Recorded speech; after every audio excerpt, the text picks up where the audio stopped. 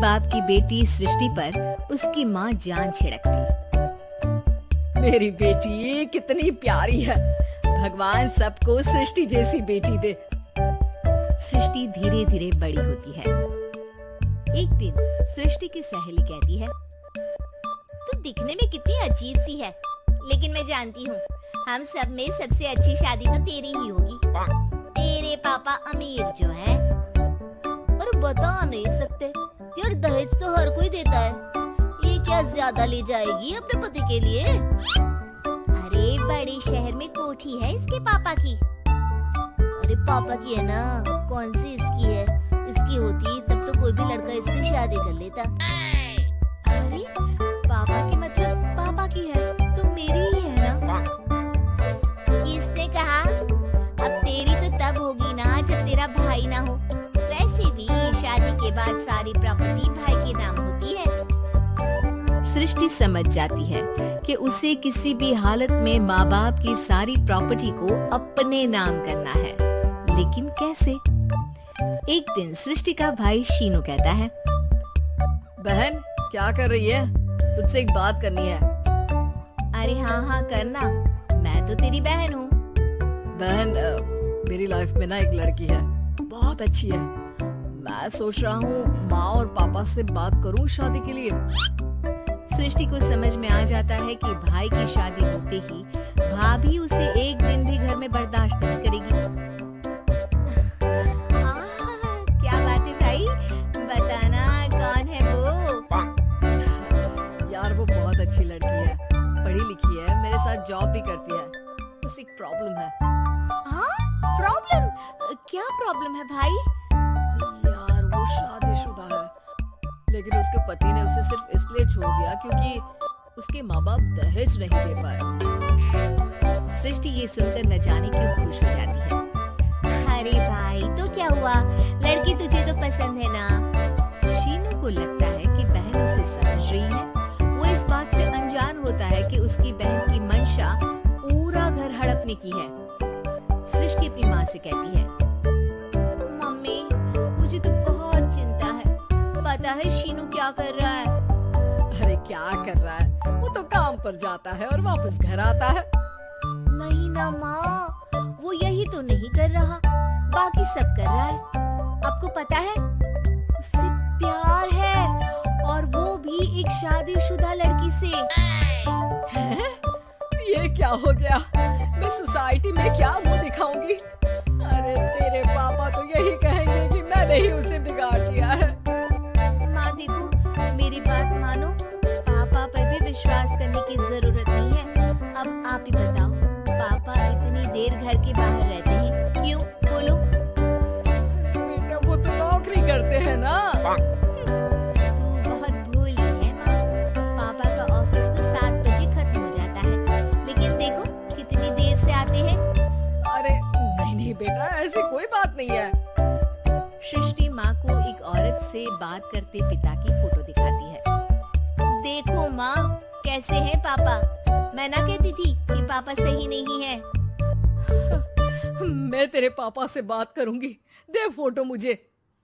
ओ माँ, वो तो डिलीट हो गई। लेकिन चल, तूने तो देख लिया ना, पापा से बाद में बात कर लेना, और हाँ मेरा नाम बिल्कुल मत लेना। हाँ माँ। अब क्या था, सृष्टि के माँ और पिता के बीच झगड़ा होना शुरू हो जाता है। सृष्टि के मन में क्या चल रहा था कोई नहीं जानता था। एक दिन, माँ सृष्टि के लिए एक लड़का देखा है, वो लोग शाम को उसे देखने आने वाले हैं।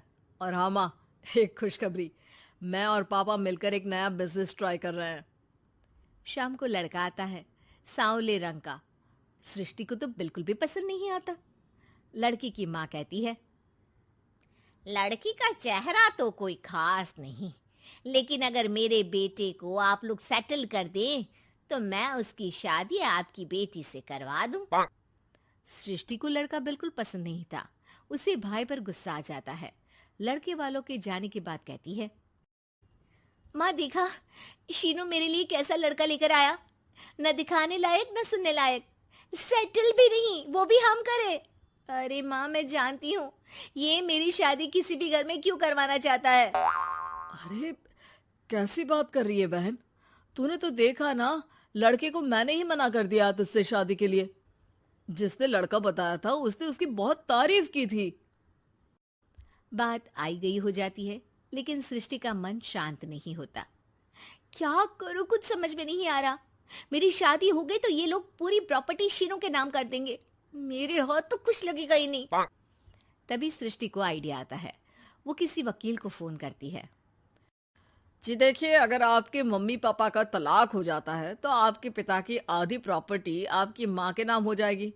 फिर उसे वो किसी को भी दे सकती है। सृष्टि अब माँ को बेटे के खिलाफ भरती है। माँ, शीनू पर नजर रखा करो। वो जिस लड़की के प्यार में है ना, वो शादीशुदा है। यहाँ आएगी, सारा पैसा, रुपया, जमीन, जायदाद सब हड़प लेगी। पापा का भी हाल तुमसे छुपा नहीं है। ऐसा ना हो कि मैं और आप एक दिन सड़क पर भीख मांगे। हे भगवान, मैं तो जीते जी मर जाऊंगी अगर ऐसा हो गया तो। ऐसा हो गया नहीं माँ, ऐसा ही होगा। अभी समय है, आगे का सोच लो।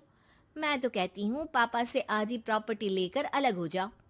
पापा की आधी प्रॉपर्टी भी हम लोगों को अगर मिल जाती है ना, तो अगले 7 जन्म सफल समझो।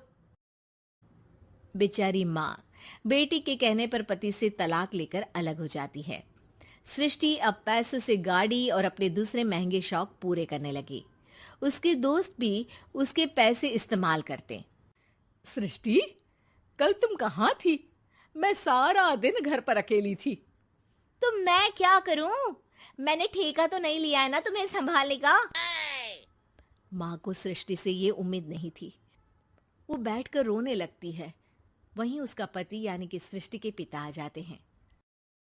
मैं जानता था कि तुम्हारा यही हाल होगा, तो आपने मुझे रोका क्यों नहीं? मैं रोकता तो तुम रुकती क्या? सृष्टि के कहने पर तुमने मुझ पर अपने बेटे पर शक किया, लेकिन तुम ये भूल गई कि कैसे हम दोनों ने मिलकर जीवन में इतना सब खड़ा किया। माँ पति के गले लग जाती है। मुझे माफ कर दीजिए, मैंने आपकी कमाई का एक बड़ा हिस्सा गवा दिया। कोई बात नहीं, तुम साथ हो तो मैं ऐसी 7 प्रॉपर्टी खड़ी कर दूंगा। तभी वहां सृष्टि आ जाती है रोते हुए। माँ, मयंक ने मुझे छोड़ दिया। वो बोल रहा था जब तक मेरे पास पैसे थे तब तक ही वो मेरे साथ था। पापा, माँ, मुझे माफ कर